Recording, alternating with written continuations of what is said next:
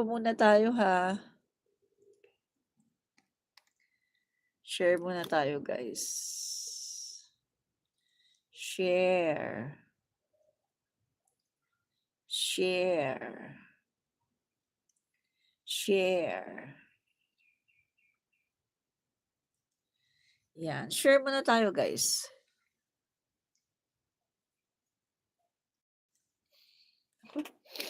Talaga naman.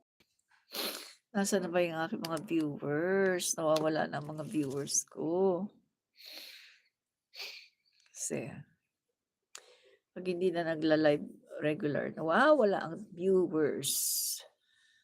Yan ang problem. Pag hindi talaga nagla-live ng regular, nawawala na ang viewers. Talaga yan. Yan talaga yan, guys, no?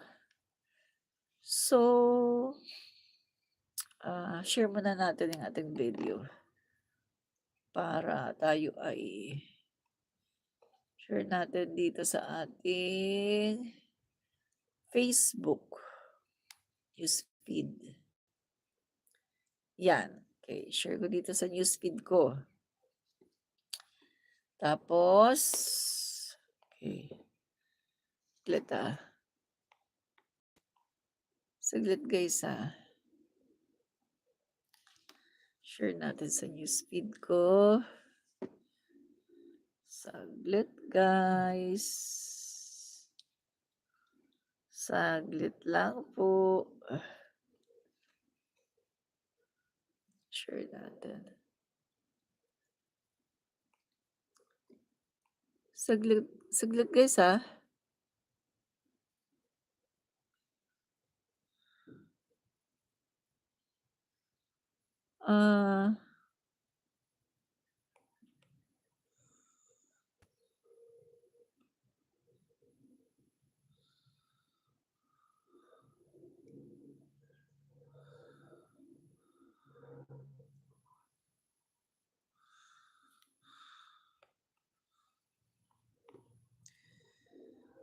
Okay. Okay. Shits. Shocking.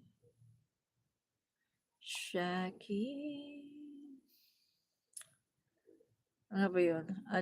Okay. Dito ako sa sa isang Yan.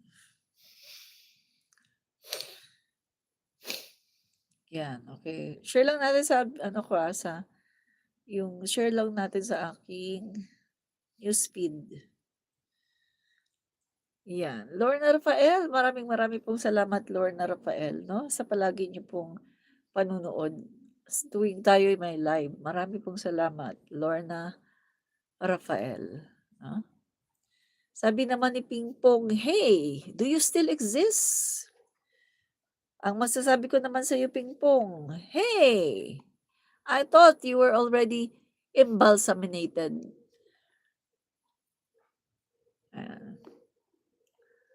Yan, okay.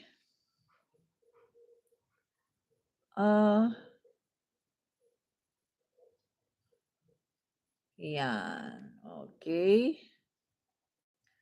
Tapos sa naman, sa group, share natin sa group natin, Group. Mga 10 group, share natin. 1, 2, 3, 4, 5. Yan. Okay. Tsaka sa 31 million movement.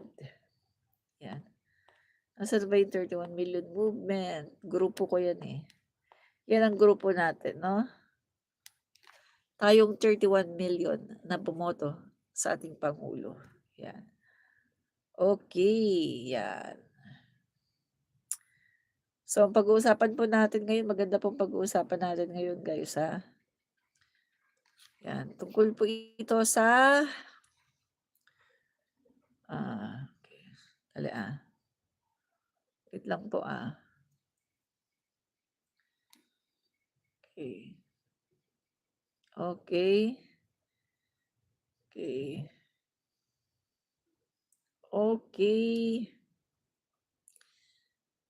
Okey, dito sa newsfeed ko sa isa, sa Admin Rich TV, yan.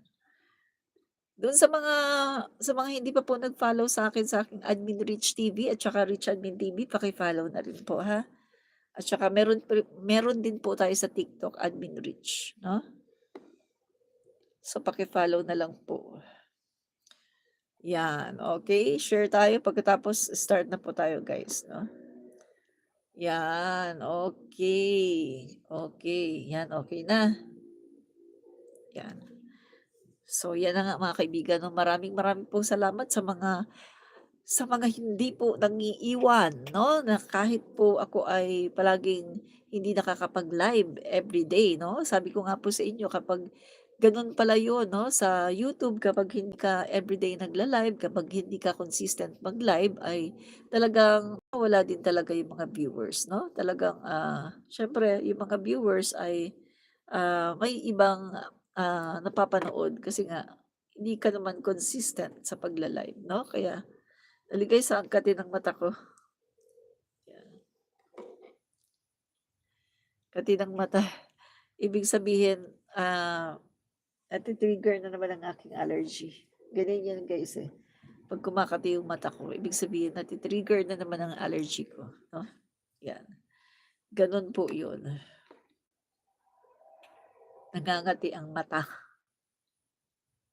tapos parang nagluluha, ayan. Tas maya-maya ayan na trigger na yung aking allergy, yan. Pero kahit ganyan mga kaibigan, tayo ay tuloy pa rin sa ating pagla-live, 'yan. So, eto na nga mga kaibigan, ang topic po natin ngayon ay eto nga po, VP Sara, may balak? May balak sa Pangulo? Ah, parang noon pa naman may balak, 'di ba? Parang noon pa may balak. So, okey, last na lang guys, last na lang. Last, yeah, okey. So, eto na nga mga kaibigan 'no, start na po tayo. Ayon po sa aking tu ah, puting loro 'no, ayon po sa aking puting loro, ito po kasing puting loro ko mga kaibigan ay, sabi ko nga sa inyo 'di ba, maraming beses ko ng nababanggit itong aking si puting loro. Itong puting loro ko mga kaibigan ay, nasa kabilang kubol 'no, nasa kabilang kubol siya mga kaibigan, itong aking puting loro. Actually, itong aking puting loro mga kaibigan ay matagal na po siya na lumipat dito po sa kampo ng ating pangulo. Pero mga kaibigan, kahit na matagal na po siyang lumipat sa kampo ng ating pangulo, siya pa rin po ay nagpapanggap na green. Meaning to say mga kaibigan, isa po siyang Trojan horse, 'yan. Hindi po siya nagpapahalata, hindi po siya nagpapaalam, hindi po siya nagpapakilala. Yung mga post niya the same pa rin, na parang siya ay isa pa ring green. Pero mga kaibigan, matagal na po siya na lumipat sa kampo ng ating pangulo. Uy, nandito si Addictus Rex, maraming salamat sa panonood 'no, Addictus Rex 'no. Palagi kitang nakikita 'no sa comment sections kay Yuse Claire Castro 'no. Ah, Madalas nanonood ako kay Yuse Claire Castro pero tahimik lang ako 'no, tahimik lang, hindi nagpaparamdam 'no.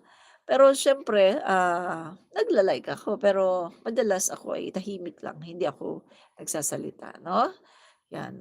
So, andito din si, ah Lynn Abraham o si Lene Abraham or Lynn 'no. Oh, sabi niya, "Shut up! Ikaw kaya mag-shut up, channel ko 'to 'no. this is my channel, wala akong paki sa'yo, 'no? So ayan nga mga kaibigan 'no, ita-try po natin na mag-live na po everyday. Kasi sabi ko nga sa inyo kapag hindi ka po nagla-live everyday nawawala talaga ang mga viewers.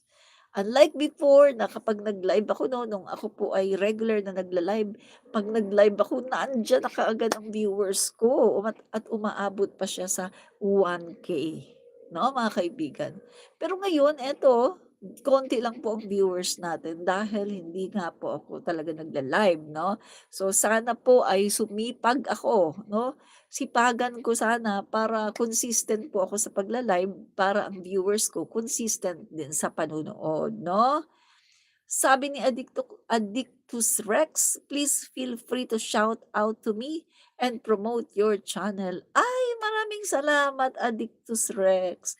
So mamaya 'pag nanood ako kay Yuse Claire Castro 'no, siguro hindi na ako tatahimik 'no, magko-comment na ako 'no, kasi tahimik lang ako na nanonood 'no, kay Yuse Claire Castro, 'yan.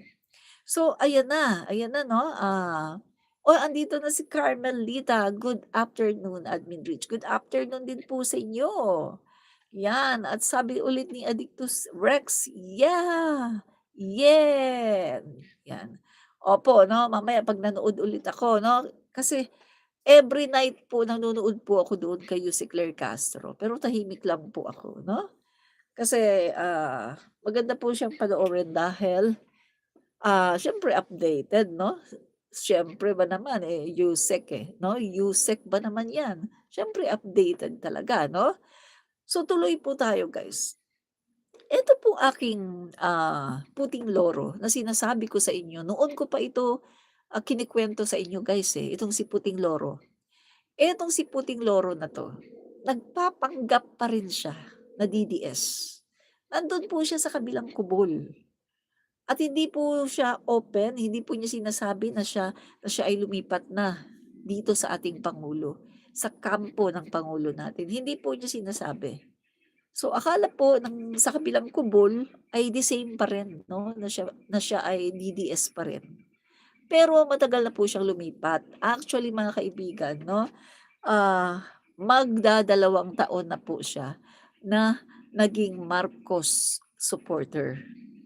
Isa po talaga siyang sabihin na nating diehard Duterte supporter. Pero nag-start po mga kaibigan, nag-start na siya ay na sabihin na nating na-turn off. Nag-start po ang kanyang pagka-turn off mga kaibigan sa mga Duterte nung madalas na nila na inaraw-araw na nila ang paninira sa ating Pangulong BBM.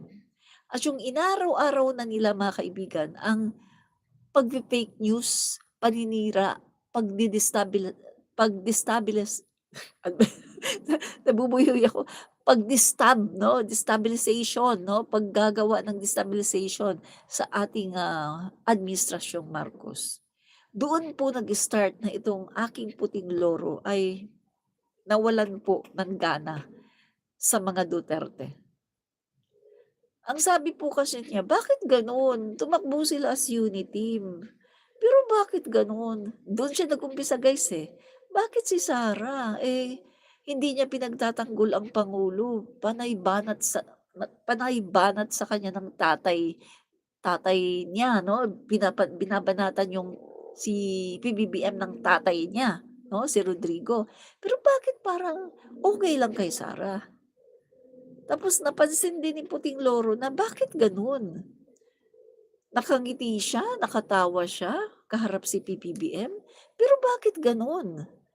Pag-alis ng pangulo andun na kaagad siya sa rally na pinapabagsak ang pangulo. So dito po mga kaibigan, nag-start, na nagkaroon siya ng ano, ng malaking question mark sa isip niya. Sabi niya, "Bakit gano'n? Bakit gano'n si Sara? Sana man lang pinagtanggol man lang niya si PBBM, sana man lang hindi man lang sana siya sumali doon sa mga rally, sa mga pagpapabagsak sa ating pangulo." So dito po nag-umpisa na itong si Puting Loro ay nag-ano, nag-withdraw ng support. At ito pong si Puting Loro mga kaibigan, ay ito po yung aking kinukunan ng impormasyon na madalas po na nagsasabi sa akin 'no, ng kung ano-ano mga nangyari diyan po sa loob ng inner circle ng mga green crocodile. Kasi nandun po siya guys, eh. So, secret po, hindi alam ng mga green crocodile na itong si Puting Loro ay hindi na pala DDS. So, eto po mga kaibigan 'no, actually guys, last year, sinabi rin niya sa akin 'to, eh, 'no, pero nagfe-fail daw yung kanilang mga plano na nagfe-fail yung mga plano sa pangulo na kasi nga naman mga kaibigan, kapag ginanon ang pangulo, aba, sino ang puputukan? Eh, alam na alam naman ng taong bayan mga kaibigan, na ang galit na galit sa pangulo ay si Sara Duterte. At alam na alam din ng taong bayan na si Sara Duterte ay gustong-gusto na mawala itong si PBBM. Kaya mga kaibigan 'no, yung kanilang plan na ang ating pangulo ay talagang nauunsyami. So ngayon mga kaibigan, ang sabi po nitong si Puting Loro, meron na naman daw bulung-bulungan at usap-usapan na kasi parang hindi na wala na daw, eh, parang wala na daw way, wala na daw paraan 'no? So, ano daw ang gagawin? Hindi daw mapigilan itong mga impeachment, itong paglabas ng mga katotohanan. So, wala na daw mga kaibigan, eh. Remember guys, naalala niyo ba yung statement dati no nakaraang taon, si Harry Roque? Ang sabi ni Harry Roque, ah, isa lang ang puwedeng mangyari para si Sara Duterte ang maupo at walang iba kundi ang si PBBM, 'di ba? Naalala niyo? At kung natatandaan niyo mga kaibigan, itong mga DDS ay palagi silang naglalabas ng mga fake news patungkol sa health ng ating pangulo, patungkol sa medical, certificate 'no ng ating pangulo, nag-fake news pa sila na pina pinapalabas nila na malala ang ating pangulo. And lately mga kaibigan, may mga DDS na fini-flex nila sa kanilang mga channel na ang pangulo ay merong matinding karamdaman, cancer daw. Oo, at matindi na daw guys 'no. Kumbaga guys ay hindi na daw ito kayang lunasan, pero sinisikreto daw ng todo-todo. Yan yung sinasabi ng mga DDS. Yan po mga kaibigan. So eto ngayon mga kaibigan, nagkakaroon po sila ng plan 'no, 'di umano ha, itong sinasabi ng aking puting loro na anong gagawin nila para nagpaplano sila guys 'no na maging malinis 'no, malinis po ang paggawa. Kasi alam naman mga guys, eh, na kapag may nangyari sa ating Pangulong Marcos at 'pag nangyari 'yan 'no, halimbawa ginanon siya, alam natin kung sino ang puputukan, alam natin kung sino ang gumawa. So nag-iisip daw mga kaibigan ng isang magandang plano para kapag ginanon ang pangulo ay hindi hindi mapagbibintangan si Jackie. So, sabi ng aking puting loro, ganyan ganyan na daw ang iniisip ng mga kaibigan. Ano